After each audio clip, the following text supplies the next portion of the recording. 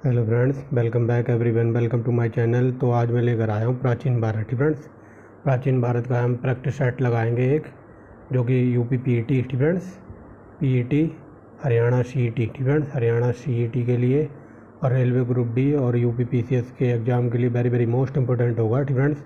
जो रामशरण शर्मा की बुक मैंने प्राचीन भारत की पढ़ाई थी फ्रेंड्स, ये एकदम यूपीएससी लेवल की जो बुक होती है, पीसीएस लेवल की फ्रेंड्स, तो उसी बुक का ये निचोड़ मैं प्रोवाइड करा रहा हूँ आपको एमसीक्यू फॉर्म में फ्रेंड्स। और ये सीरीज अब तब तक स्टार्ट रहेगी जब तक हम पूरा कंप्लीट नहीं कर लेते तीनों बुक फ्रेंड। तीनों बुक कराऊंगा मैं आपको, जो मैंने थ्योरेटिकल कॉन्सेप्ट पढ़ा रखी है, तो उन्हीं तीनों बुक का निचोड़ प्रोवाइड कराऊंगा चैप्टर बाय फ्रेंड्स। तो हम पहला चैप्टर देख रहे हैं, और पहले चैप्टर में भी क्या देख रहे हैं, ठीक फ्रेंड्स। तो चलिए देखते हैं पहला क्वेश्चन। ठीक फ्रेंड्स, ये एंसेंट हिस्ट्री यानी कि प्राचीन भारत का है प्रैक्टिस सेट, और इसमें लगभग हम 80 क्वेश्चन लगाएंगे। ठीक फ्रेंड्स, ये वेरी वेरी मोस्ट इंपॉर्टेंट होंगे, एकदम पीसीएस लेवल के। ठीक फ्रेंड्स, तो चलिए देखते हैं पहला क्वेश्चन। ये वेरी वेरी मोस्ट इंपॉर्टेंट है, कई बार यूपी पीसीएस में पूछा गया कि भारत में। ठीक फ्रेंड्स, भारत में मानव का प्राथमिक साक्ष्य कहाँ से मिला था, तो ये मिला था नर्मदा घाटी से। ठीक फ्रेंड्स, ऑप्शन नंबर यहाँ पर डी हो जाएगा। ठीक फ्रेंड्स, ये हमारा आंसर होगा जो ग्रीन कलर में है। फ्रेंड्स, जो भारत में सबसे पहले आदमी वगैरह रहने के प्रमाण मिले थे वो नर्मदा घाटी में मिले थे। फ्रेंड्स, आगे देखिए दूसरा क्वेश्चन क्या कहता है। ताम्रसम। फ्रेंड्स, ताम्रसम या फिर ताम्रपाषाण काल में महाराष्ट्र के लोग, ये वेरी वेरी मोस्ट इंपॉर्टेंट है। फ्रेंड्स, जैसा कि आप क्वेश्चन का लेवल देख के समझ रहे होंगे, ये यूपी पीसीएस के पूछे हुए सारे क्वेश्चन हैं। फ्रेंड्स, और रामशरण शर्मा की बुक से मैं आपको एमसीक्यू करा रहा हूँ। तो जो महाराष्ट्र के लोग थे ना, जब इनके यहाँ पर किसी की डेथ हो जाती थी तो ये अपनी जो डेड बॉडी होती थी तो उसको उत्तर से दक्षिण दिशा में ऐसे दफनाते थे। फ्रेंड्स, तो वही लिखा हुआ है। ये कई बार क्वेश्चन पूछा है कि जो डेड बॉडी वगैरह थी ये कौन से दिशा में दफनाते थे, तो ये ऐसे दफनाते थे उत्तर से दक्षिण दिशा में। फ्रेंड्स, देख लीजिए तीसरा क्वेश्चन देखिए। उत्खनित प्रमाणों के अनुसार पशुपालन का आरंभ हुआ था, तो ये हुआ था वेरी वेरी मोस्ट इंपॉर्टेंट है, तो ये मध्य पाषाण काल में। फ्रेंड्स, ऑप्शन नंबर डी है हमारा। आगे देखिए चौथा क्वेश्चन क्या कहता है। खाद्यान्नों की कृषि सर्वप्रथम आरंभ हुई थी, तो खाद्यान्नों की कृषि सबसे पहले आरंभ हुई थी, ऑप्शन नंबर ए नवपाषाण काल में। फ्रेंड्स, आगे देखिए पांचवा क्वेश्चन क्या कहता है। मध्य पाषाण के संदर्भ में वन्य धान का प्रमाण। फ्रेंड्स, वन्य धान यानी कि चावल का प्रमाण सबसे पहले कहाँ मिला था, तो चावल सबसे पहले मिला था चौपानी मांडो में। फ्रेंड्स, चावल के साक्ष्य या धान के साक्ष्य, तो धान को भी चावल कहते हैं। फ्रेंड्स, तो चौपानी मांडो में मिले थे। आगे देखिए छठा क्वेश्चन क्या कहता है। निम्नलिखित में से किसे फलक संस्कृति कहा गया है, ये वेरी वेरी मोस्ट इंपॉर्टेंट है, तो मध्य पूर्व पाषाणकालीन संस्कृति को फलक संस्कृति भी कहते हैं। फ्रेंड्स, आप क्वेश्चन का लेवल देख कर समझ रहे होगे, और ये हमारा पहला पार्ट है। फ्रेंड्स, पहला पार्ट है, मैं पूरी बुक कंप्लीट कराऊंगा रामशरण शर्मा की प्राचीन भारत की। फ्रेंड्स, एमसीक्यू फॉर्म में। फ्रेंड्स, आगे देखिए सराय नहर। फ्रेंड्स, सराय नहर और मैदहा। फ्रेंड्स, सराय नहर और मैदहा संबंधित हैं, तो ये गंगा घाटी की मध्य पाषाण संस्कृति से संबंधित है। फ्रेंड्स, आगे देखिए प्राचीनतम। फ्रेंड्स, प्राचीनतम कलाकृतियों का प्रमाण संबंधित है, तो प्राचीनतम कलाकृतियों का प्रमाण संबंधित है उच्च पूर्व। फ्रेंड्स, उच्च पूर्व पाषाण काल से। फ्रेंड्स, तो यहाँ ऑप्शन नंबर हो जाएगा अपना सी। फ्रेंड्स, तो आप सीधा डायरेक्ट आंसर देखते चलिए। आगे देखिए नौवां क्वेश्चन क्या कहता है। फ्रेंड्स, निम्न पूर्व पाषाण काल या फिर निम्न पूरा पाषाण काल में मानव के निम्नलिखित में से कौन सा कथन सही है, मानव के बारे में बताना है, तो ये हो जाएगा ऑप्शन नंबर बी। वह कोर उपकरणों का प्रयोग करता था। फ्रेंड्स, जो पूरा पाषाण काल का मानव था वो कोर उपकरणों का प्रयोग करता था, वेरी वेरी मोस्ट इंपॉर्टेंट है। फ्रेंड्स, आगे देखिए 10वां क्वेश्चन क्या कहता है। दक्षिण भारत की बृहद पाषाण समाधियाँ संबंधित हैं, तो ये वो हैं ऑप्शन नंबर डी लोह काल से संबंधित है, वेरी वेरी मोस्ट इंपॉर्टेंट है। आगे देखिए दक्षिण भारत की महापाषाणिक समाधियाँ किस काल से संबंधित मानी जाती हैं, तो ये वही देखिए क्वेश्चन है और घुमा के पूछा हुआ है, तो ये लोह काल से संबंधित है। फ्रेंड्स, ऊपर क्या पूछा हुआ था, तो ऊपर पूछा था दक्षिण भारत की बृहद पाषाण समाधियाँ संबंधित है, तो लोह काल से, और यहाँ पूछा है दक्षिण भारत की महापाषाणिक समाधियाँ किस काल से संबंधित है, तो लोह काल से। फ्रेंड्स, आगे देखिए ये देखिए क्वेश्चन वही है। बृहद पाषाण स्मारक की पहचान की जाती थी, तो बृहद पाषाण स्मारक की पहचान की जाती थी, तो ये मृतकों को दफनाने के स्थान के रूप में। फ्रेंड्स, स्मारक की पहचान बताइए, तो मैंने बताया ना ये ऐसे दफनाते थे, तो इनकी कबर वगैरह ऐसी बनी होती थी। फ्रेंड्स, तो ऐसे समझा जाता था कि ये उत्तर से दक्षिण की तरफ दफनाया है। फ्रेंड्स, अगर कबर ये डेड बॉडी की कबर ऐसे हो, फ्रेंड्स, तो ऐसा समझा जाता है कि ये पश्चिम से पूर्व की ओर दफनाया है, ठीक है। लेकिन ये ऐसे दफनाते थे, क्या बना रहा हूँ मैं, ठीक है। ये ऐसे दफनाते थे, तो ऐसे स्मारक की पहचान इनको दफनाने के रूप में इस स्थान में की जाती होगी, समझ गए होंगे आप, ठीक है। आगे देखिए राग का टीला, ये वेरी वेरी मोस्ट इंपॉर्टेंट है, यूपी पीसीएस में कई बार ये क्वेश्चन पूछा जाता है। राग के टीले के प्रमाण कहाँ मिले हैं, तो ये मिले हैं दक्षिण भारत में, ठीक है। दक्षिण भारत में भी अगर पूछ ले कहाँ पर मिले हैं तो संगनकल्लू, ठीक है। और कई बार ये पूछ लिया जाता है कि संगनकल्लू कहाँ है, तो वो पड़ता था कर्नाटक में, ठीक है। कर्नाटक याद रखेंगे। राग के टीले के प्रमाण वगैरह कहाँ से मिले हैं, तो दक्षिण भारत में, ये कर्नाटक पड़ता है, ठीक है। दक्षिण भारत में संगनकल्लू, और संगनकल्लू कहाँ पड़ता है, तो ये कर्नाटक में पड़ता है, ठीक है। आगे देखिए, ये देखिए आ ही गया क्वेश्चन, ठीक है। राग का टीला निम्नलिखित में से किस स्थान पर मिला है, तो ये संगनकल्लू, ठीक है। अगर ये पूछ ले कि संगनकल्लू कहाँ पड़ता है, तो ये कर्नाटक वगैरह में पड़ता है, ठीक है। आगे देखिए सिवाल एक पुरास्थल है, ठीक है। सिवाल एक पुरास्थल है, तो ये निम्न पूरा पाषाण संस्कृति से बिलोंग करता है, सिवाल, ठीक है। वेरी वेरी मोस्ट इंपॉर्टेंट है। आगे देखिए पूर्व पाषाणकालीन मानव का मुख्य धंधा क्या था, तो ये शिकार खेलता था, ठीक है। शिकार खेलता था मतलब पशुओं को मारकर अपना पेट वगैरह भरता था। पूर्व पाषाणकालीन मानव का मुख्य धंधा था शिकार खेलना, ठीक है। आगे देखिए अल्मोड़ा के निकट, ठीक है। अल्मोड़ा के निकट लखू ओडियार पर लाल रंग के उकेरी गई जो, ठीक है, तो लाल रंग की उकेरी गई जो मानव कृतियाँ मिली हैं वो किस काल की हैं, तो वो हैं पाषाण काल की, ठीक है। पाषाण काल की जो ये मृतभांड वगैरह बनाते थे उन पर लाल और काले रंग के कलर का प्रयोग करते थे, तो ये पाषाण काल से बिलोंग करती हैं, ठीक है। आगे देखिए लंबवत, ठीक है। लंबवत पुरातात्विक उत्खनन के द्वारा किसी संस्कृति में इनमें से किस पक्ष का विशेष ध्यान दिया गया है, तो ये है संस्कृति के काल मापन का, ठीक है। ये देख लीजिए क्वेश्चन बहुत ही टफ लेवल के हैं जो यूपी पीसीएस में कई बार, यूपी पीसीएस, उत्तराखंड पीसीएस और एमपी पीसीएस बीपीएससी में कई बार पूछे हैं, ठीक है। आगे देखिए निम्नलिखित में से किसको चालकोलिथिक युग भी कहा जाता है, तो चालकोलिथिक युग कहा जाता है ताम्रपाषाण काल को, ठीक है। ताम्रपाषाण काल को कहा जाता है चालकोलिथिक युग, ठीक है। आगे देखिए 20वां क्वेश्चन क्या कहता है, प्राचीन काल में आर्यों का जीविकोपार्जन का मुख्य साधन क्या था, तो आर्य लोग पूछा जा रहा है कि इनका जीवन जीने का साधन क्या था, तो ये कृषि वगैरह करते थे, ठीक है। आगे देखिए देख लीजिए ये हमारा पहला चैप्टर है, प्राग ऐतिहासिक काल को हम देख रहे हैं, ठीक है। आगे देखिए 21वां क्वेश्चन क्या कहता है, भारत में किस शिलाश्रय से सबसे ज़्यादा चित्र प्राप्त हुए हैं, तो ये वेरी वेरी मोस्ट इंपॉर्टेंट है, ये ग्रुप डी से लेकर ग्रुप ए तक के एग्जाम में पूछा हुआ है। सबसे ज़्यादा चित्र हमें कहाँ से मिले हैं, तो ये मध्य प्रदेश में पड़ता है भीमबेटका, ठीक है। ये देख लीजिए आंसर। अगला देखिए, ये देखिए मध्य प्रदेश में अगर ये पूछ रहे भीमबेटका कहाँ पड़ता है, तो ये मध्य प्रदेश में, ठीक है। मध्य प्रदेश में प्राग ऐतिहासिक चित्र कहाँ से मिले हैं, तो ये भीमबेटका से मिले हैं, ठीक है। आगे देखिए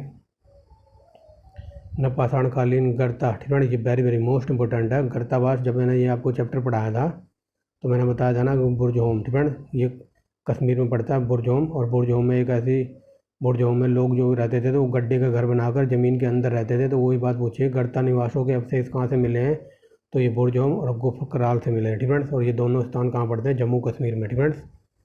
और बुरजहोम में कुत्तों के साथ, ठीक है, बुरजहोम में था तो यहाँ पे मतलब मालिक अपने कुत्ते पालते थे, अगर मालिक की डेथ हो जाए तो मालिक की डेथ के साथ यहाँ पर कुत्ते भी दफना दिए जाते थे, ठीक है। कब्रों में कई जगह कुत्ते मिले हैं मालिकों के साथ दफने हुए, ठीक है। तो समझ लेना इसका आंसर हो जाएगा 1 और 2, ठीक है। ये देखिए 1 और 2 हमारा आंसर है, ये वेरी वेरी मोस्ट इंपॉर्टेंट है, यूपी पीसीएस के कई बार क्वेश्चन पूछे जाते हैं, ठीक है। ये उसी लेवल का है। आगे देखिए भारत के किस क्षेत्रों में लोग ज़मीन के अंदर गड्ढे बनाकर रहते थे, तो मैंने बता दिया है, तो ये कश्मीर में रहते थे, ठीक है। और कश्मीर में कौन से स्थान पड़ते थे, तो कश्मीर में ये था ये बुरजहोम और ये गुफकराल कश्मीर में पड़ते थे, ठीक है। तो ये कश्मीर इसका आंसर है। आगे देख लीजिए क्वेश्चन कई बार ये पूछा है और रिपीट कर करके लेकिन घुमा के पूछा है। यहाँ देखिए गर्त निवास निम्न में से किस संस्कृति से बिलोंग करता है या किस संस्कृति के लक्षण हैं, तो ये है कश्मीर घाटी एवं नव पाषाणिक संस्कृति के, ठीक है। समझ गए होंगे। ये देखिए जो मैंने क्वेश्चन बताया है, ठीक है। मानव समाधानों में कुत्ते दफनाए जाते थे, तो कुत्ते बुरजहों में दफनाए जाते थे, जो मैंने अभी बताया आपको, ठीक है। आगे देखिए अगला क्वेश्चन 27वां नंबर कहता है निम्न में से किस स्थान पर मानव के साथ कुत्तों को दफनाया जाता था, तो ये दफनाया जाता था बुरजहों में, ठीक है। आगे देखिए अगला क्वेश्चन क्या कहता है निम्नलिखित में से किस स्थल पर मानव कंकाल के साथ कुत्ते के कंकाल में मिले हैं। देख लीजिए क्वेश्चन कितनी बार घुमा के पूछा और आंसर एक ही है, बुरजहोम, ठीक है। यहाँ पर कंकाल की बात की थी। आगे देखिए बुरजहोम नवपाषाणी सवादानों में, ठीक है। बुरजहोम में नवपाषाणकालीन सवादानों में मनुष्य के साथ पालतू जीव, ठीक है। यहाँ कुत्ता नहीं लिखा है, यहाँ पालतू जीव यानी कि वो कुत्ता दफनाया जाता था, ठीक है। देख लीजिए ये सब मैंने आपको डिटेल में करा रखा है फ्रेंड्स। रामचरण शर्मा की बुक का हम सोल्यूशन देख रहे हैं MCQ फॉर्म में फ्रेंड्स। अगर आपको थ्योरी वगैरह पढ़नी है जो कि UPSC या फिर UPPCS में मेंस में लिखने को क्वेश्चन आते हैं फ्रेंड्स, अगर किसी का हिस्ट्री वगैरह ऑप्शनल हो तो आप वहाँ जाके पढ़ सकते हैं। आगे देखिए, निम्नलिखित में से किस स्थान पर नपाषाण स्तर पर गेहूँ और जौ की खेती होती थी? तो ये होती थी मेहरगढ़ में फ्रेंड्स, और ये बलूचिस्तान में पड़ता है। आगे देखिए 31वां नंबर क्या कहता है, भारत में व्यवस्थित कृषि का प्राचीनतम प्रमाण मिला? तो ये मेहरगढ़ से मिला है फ्रेंड्स। आगे देखिए, निम्न में से किस एक पुरास्थल से निम्नलिखित में से किस एक पुरास्थल से पाषाण संस्कृति से लेकर हड़प्पा सभ्यता के संस्कृति के अवशेष प्राप्त हुए हैं? तो मेहरगढ़ से फ्रेंड्स। मेहरगढ़ से मतलब पाषाण संस्कृति के प्रमाण भी मिले और हड़प्पा संस्कृति के भी प्रमाण मिले हैं मेहरगढ़ से फ्रेंड्स। आगे देखिए, अगला क्वेश्चन क्या कहता है, भारतीय उपमहाद्वीप में कृषि का प्राचीनतम साक्ष्य? तो ये मेहरगढ़ से मिला है फ्रेंड्स। कुछ लॉलीपॉप क्वेश्चन भी हैं। आगे देखिए, ये देखिए कितनी बार घुमा घुमा के क्वेश्चन पूछा है, भारतीय उपमहाद्वीप में कृषि का प्राचीनतम साक्ष्य? तो ये मेहरगढ़ से मिला है फ्रेंड्स। आगे देखिए 35वां नंबर क्या कहता है, उस स्थान को बताइए जहाँ पर प्राचीनतम स्थायी जीवन के प्रमाण मिले हैं? तो ये मेहरगढ़ फ्रेंड्स। यहाँ कृषि की बात नहीं हुई है, यहाँ पर बात हुई है प्राचीनतम स्थायी जीवन के फ्रेंड्स। तब जो लोग कृषि वगैरह करेंगे तो स्थायी जीवन जिएंगे एक जगह ही फ्रेंड्स। आगे देखिए, भारतीय उपमहाद्वीप में पालतू भैंस का प्राचीनतम साक्ष्य? तो ये मेहरगढ़ में के लोग भैंस वगैरह भी पालते थे फ्रेंड्स। ये सब डिटेल में पढ़ाया हुआ है। आगे देखिए, मध्य पाषाणिक प्रसंग में पशुपालन का प्रमाण कहाँ से मिला है? तो ये आदमगढ़ से मिला है फ्रेंड्स। इस क्वेश्चन को ध्यान से देख लो, यहाँ पूछा है मध्य पाषाणिक फ्रेंड्स, मध्य पाषाणिक प्रसंग में पशुपालन कहाँ होता था? तो ये आदमगढ़ में फ्रेंड्स। ये आदमगढ़ आई थिंक UP में पड़ता है। आगे देखिए, गंगा घाटी में धान की खेती का प्राचीनतम प्रमाण मिला है? तो ये लहुरा देव से फ्रेंड्स। आगे देखिए, निम्नलिखित में से किस क्षेत्र से चावल का उत्पादन प्राचीनतम साक्ष्य मिले हैं? तो ये बेलन घाटी फ्रेंड्स। आगे देखिए, भारतीय महाद्वीप में धान की खेती का प्राचीनतम प्रमाण कहाँ से मिला? तो ये बिंद क्षेत्र से फ्रेंड्स। देख लीजिए क्वेश्चन घुमा के पूछ रहे हैं बट आंसर एक ही है। आगे देखिए, निम्नलिखित में से किस क्षेत्र में पूरा पाषाण, मध्य पाषाण और नवपाषाण काल के अवशेष को क्रम में लगाइए फ्रेंड्स? तो बताइए कौन क्या क्रम हो जाएगा इसका? तो बताइए फ्रेंड्स। तो बताइए, ये हो जाएगा ऑप्शन नंबर C, बेलन घाटी में मिले हैं फ्रेंड्स। बेलन घाटी में मतलब पूरा पाषाण काल के, मध्य पाषाण काल के और नवपाषाण काल के अवशेष एक क्रम में कहाँ मिले हैं? तो ये बेलन घाटी में फ्रेंड्स। आगे देखिए फ्रेंड्स, अगला देखिए 42वां नंबर क्या कहता है, उच्च पूरा पाषाण युगीन में हड्डी से बनी मूर्ति फ्रेंड्स, हड्डी से बनी मात्र देवी की प्रतिमा या फिर मूर्ति कहाँ से मिली है? तो ये मिली है ऑप्शन नंबर D, बेलन घाटी से फ्रेंड्स। आगे देखिए, मानव ने सबसे पहले कौन सा अनाज उगाया था? तो सबसे पहले जौ फ्रेंड्स, जौ। आगे देखिए 44वां नंबर क्या कहता है, भारत में प्राग ऐतिहासिक फ्रेंड, भारत में प्राग ऐतिहासिक मानव का प्राचीनतम जीवांश निम्नलिखित में से किस स्थान से मिला है? तो ये मिला है हथनौरा से फ्रेंड्स। हथनौरा से मतलब मानव का प्राचीनतम जीवांश फ्रेंड्स, मानव की सबसे पहले जो खोपड़ी वगैरह मिली थी तो वो हथनौरा से मिली थी फ्रेंड्स। ये वेरी मोस्ट इंपॉर्टेंट क्वेश्चन है। होमो इरेक्टस एक कपाल फ्रेंड्स, होमो इरेक्टस एक कपाल निम्नलिखित में से किस स्थान से प्राप्त हुआ है? तो ये नर्मदा घाटी से फ्रेंड्स। मैंने बताया ना अभी फ्रेंड, मैंने बताया ना कि मानव की खोपड़ी वगैरह मिली है तो ये हथनौरा से, नर्मदा घाटी हथनौरा से मिली है फ्रेंड्स। ये हो जाएगा ऑप्शन नंबर A फ्रेंड्स। आगे देखिए, निम्नलिखित में से किस मध्य पाषाणिक स्थल से हड्डी के बने आभूषण प्राप्त हुए हैं? तो ये मेहदा से फ्रेंड्स, मेहदा से हड्डी के आभूषण वगैरह मिले हैं। आगे देखिए, ये देखिए क्वेश्चन रिपीट हो गया फ्रेंड, निम्नलिखित में से किस स्थल से हड्डी के उपकरण प्राप्त हुए हैं फ्रेंड्स? तो ये मेहदा से हुए हैं। क्वेश्चन घुमा के पूछा हुआ है, यहाँ पर पूछा हुआ था हड्डी के आभूषण प्राप्त हुए हैं फ्रेंड्स, बट यहाँ पर ये पूछा है कि हड्डी के उपकरण प्राप्त हुए हैं, तो बात एक ही है, ये मेहदा से फ्रेंड्स। क्वेश्चन वही है बट थोड़ा घुमा के पूछा हुआ है। आगे देखिए, हड्डी से निर्मित आभूषण भारत में मध्य पाषाण काल के संदर्भ में कहाँ से प्राप्त हुए हैं? ये देखिए, ये मैदा से मिले फ्रेंड्स। यहाँ पर क्वेश्चन अलग है बट आंसर वही है फ्रेंड्स, पूछने का तरीका बदल गया है। आगे देखिए, गंगा के मैदान में मानव बस्ती का प्राचीनतम अवशेष कहाँ से मिला है? तो ये कालपी से मिला है फ्रेंड्स, और ये कालपी पड़ता है कहाँ? उत्तर प्रदेश में। आगे देखिए, एक ही कबर से 3 मानव कंकाल, ये वेरी मोस्ट इंपॉर्टेंट है। तो ये दमदमा से फ्रेंड्स, दमदमा से मिले हैं, एक ही कबर में 3 आदमियों की डेड बॉडी फ्रेंड्स। आगे देखिए, बिंद क्षेत्र के किस शिलाश्रय से सबसे ज़्यादा मानव कंकाल मिले तो ये लेखैया से। ठीक फ्रेंड्स। ददेरी। ठीक फ्रेंड, ददेरी एक पर्वतीय हड़प्पीय स्थल है, तो ये ददेरी पड़ता है पंजाब में। ठीक friend, very very most important है। आगे देखिए नब्दा टोली। नब्दा टोली कहाँ है, तो ये मध्य प्रदेश में पड़ता है। ठीक फ्रेंड्स। गैरिक मृतबांड पात्र। ठीक फ्रेंड, गैरिक मृतबांड पात्र का नामांकन हुआ था, तो ये हस्तिनापुर में हुआ था। ठीक फ्रेंड्स। आगे देखिए किस स्थल से। ठीक फ्रेंड, किस स्थल पर काले और लाल मृतबांडों के स्तरीय स्थिति OCP और PGW के मध्य सर्वप्रथम पहचाना गया था, तो ये था अतरंजी खेड़ा। ठीक है, और ये उत्तर प्रदेश में पड़ता है अतरंजी खेड़ा। अगर ये पूछ ले कि सबसे पहले लोहा कहाँ मिला था, तो लोहा अतरंजी खेड़ा में मिला था। ठीक है, इसे याद रखेंगे। आगे देखिए पाषाण उपकरण। निम्नलिखित में से पाषाण उपकरण का निर्माण एक केंद्र ईसामपुर किस राज्य में पड़ता है, तो ये ईसामपुर पड़ता है कर्नाटक में। ठीक है। आगे देखिए इनाम गांव, ये वेरी वेरी मोस्ट इंपॉर्टेंट है। ये इनाम गांव पड़ता है कहाँ, महाराष्ट्र में। ठीक है, यहाँ पर देखिए मिलान करना है। ठीक है, तो चलिए मिलान कर देते हैं। तो देखिए इसका आंसर देखते, इधर नीचे दिया है। ठीक है, नीचे दिया हुआ है, तो आप चलिए देखते हैं। ठीक है, तो चलिए देखते हैं, इसको मिलान करना है। तो पहला देखिए क्या कहता है, इस नदी तंत्र के किनारे हड़प्पा बस्तियों का। ठीक है, यहाँ बताना कि कौन सी नदी के किनारे हड़प्पा बस्तियाँ थीं। तो ये देखिए ये घग्गर हकरा स्थल के रूप में माना जाता है। ठीक है, यानी कि पहले का चौथा जो हड़प्पा बस्तियाँ थी, तो वो घग्गर हकरा नदी के किनारे वगैरह थी। आगे देखिए B नंबर क्या कहता है, इस हड़प्पा स्थल से हाल में ही रजत। ठीक है, ये रजत सिक्के मिले हैं, तो ये हरियाणा में ये कुनाल गाँव पड़ता है। ठीक है, ये फतेहाबाद के अंदर आता है कुनाल गाँव। ठीक है, यहाँ पर हरियाणा के जो ये राखी गढ़ी वगैरह थी। ठीक है, तो ये यहाँ पर मतलब चांदी के सिक्के मिले हैं हरियाणा के कुनाल से। ठीक है, यानी कि पहले का हो जाएगा। ठीक है, पहले का चौथा और B का हो जाएगा तीसरा। ठीक है, और C क्या कहता है, कश्मीर। ठीक है, कश्मीर से मैंने बताया था ना बुरजोम, ये कश्मीर में पड़ता था, तो ये C का पहला। ठीक है, और D देखिए D क्या कहता है।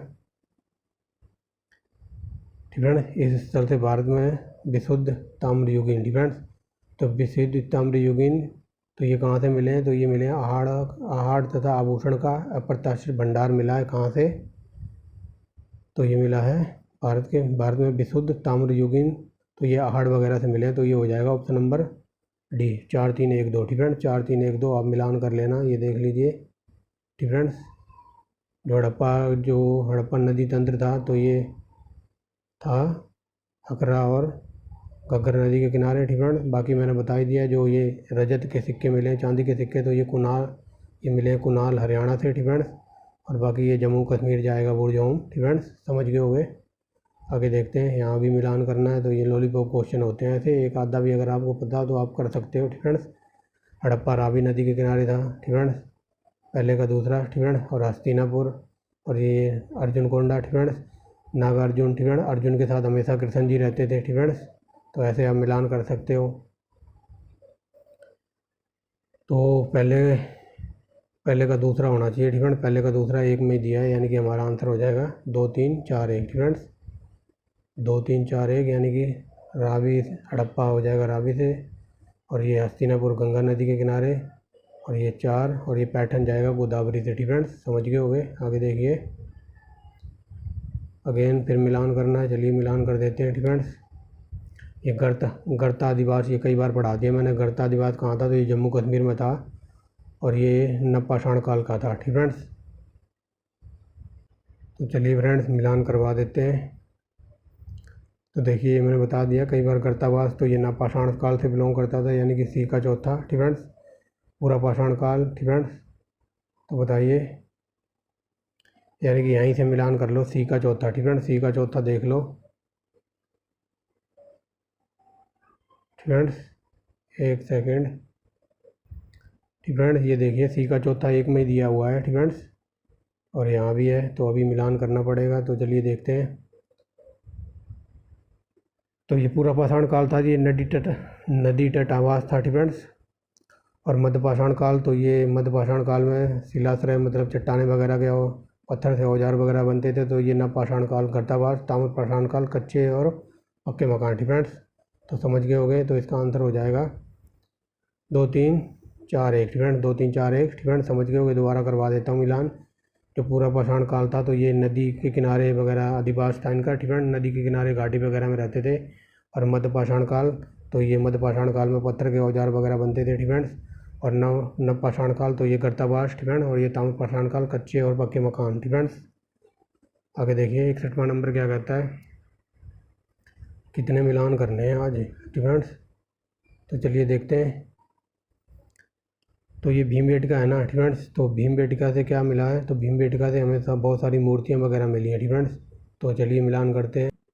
ठीक फ्रेंड्स, तो चलिए देखते हैं उदयगिरी। ठीक फ्रेंड्स, उदयगिरी से क्या मिला है, तो शिलाओं पर उत्खनित। ठीक फ्रेंड्स, उदयगिरी हो जाएगा इससे, शिलाओं पर उत्खनित कर गढ़ी मूर्तियाँ, स्तंभ आदि। ठीक फ्रेंड्स, भीमबेटका से बहुत सारे चित्र, शैल चित्र मिले हैं। ठीक फ्रेंड्स, और बांधवगढ़ एक राष्ट्रीय उद्यान है। और ठीक फ्रेंड्स, चित्रकूट क्या है, रामकथा से जुड़ा हुआ एक तीर्थ स्थल है। ठीक फ्रेंड्स, आप इससे भी एलिमिनेट कर सकते थे।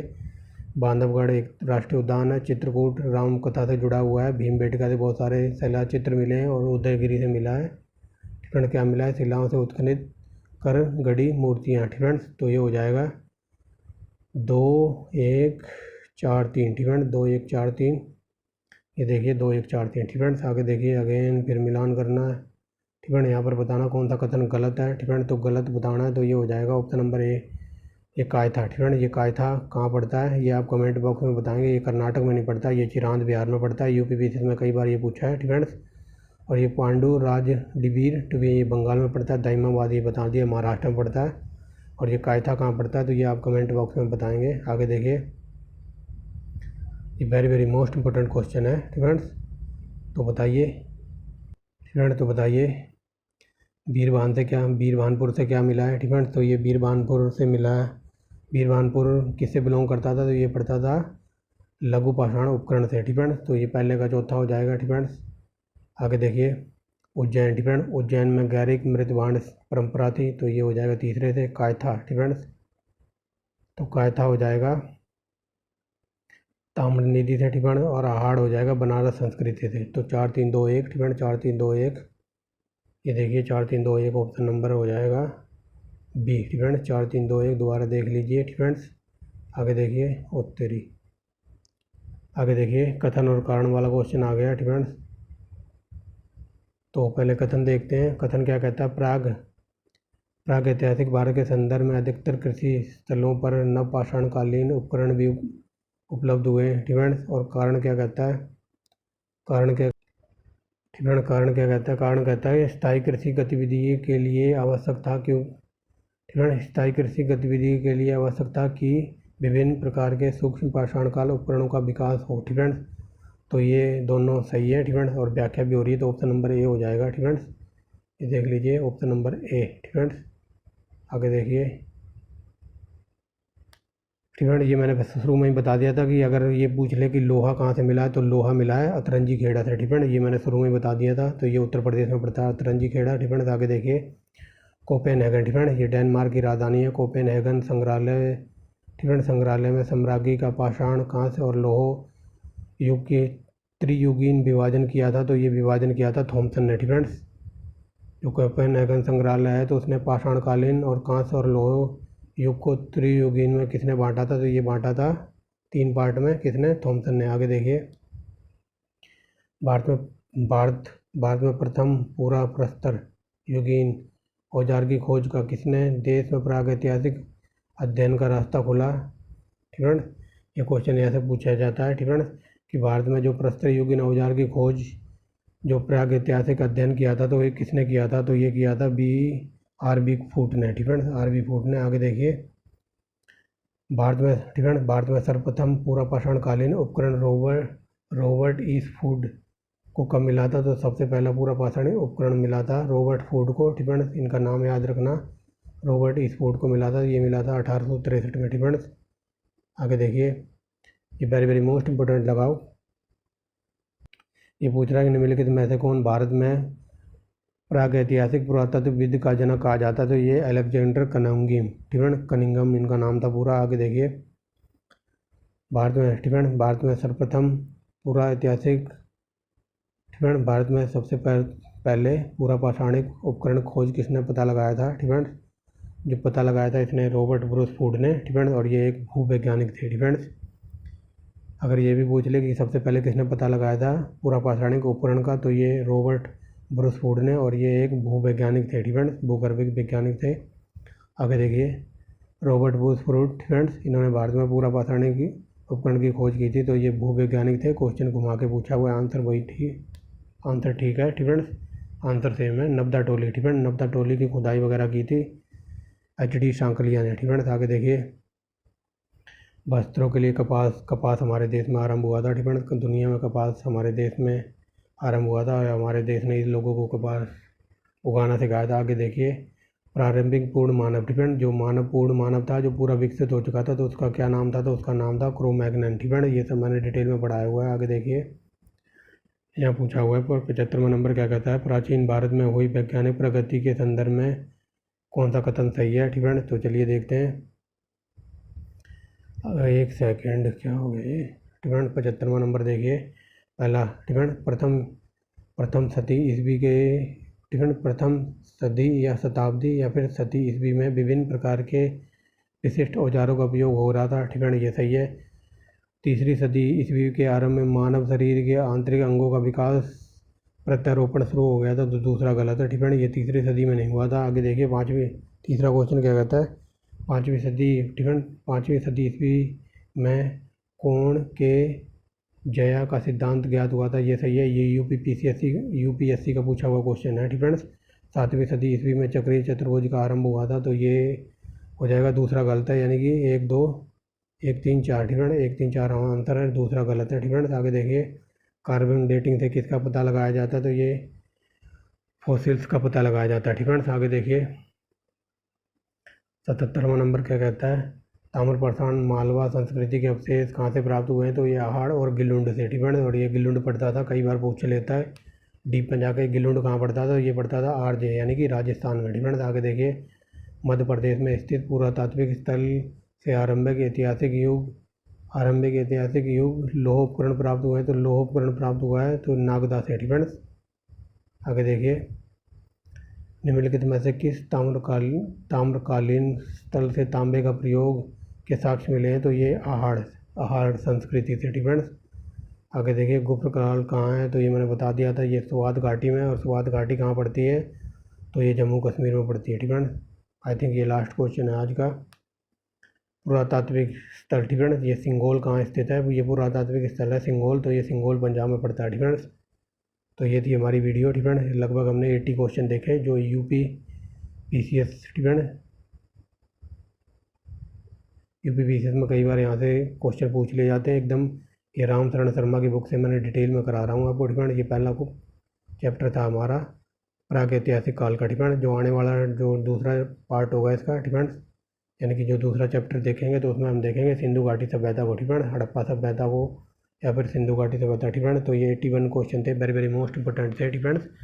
अब ये सीरीज जब तक ये तीनों बुक कंप्लीट नहीं हो जाती रुकेगी नहीं फ्रेंड्स। और दूसरी तरफ हमारी RRB ग्रुप डी वगैरह के लिए जो लूसेंट की हिस्ट्री चल रही है, आप उसे भी देखते रहिए फ्रेंड। ग्रुप डी के लिए बलनारायण के नाम से फ्रेंड, लूसेंट के नाम से प्ले लिस्ट मिल जाएंगी आपको फ्रेंड्स।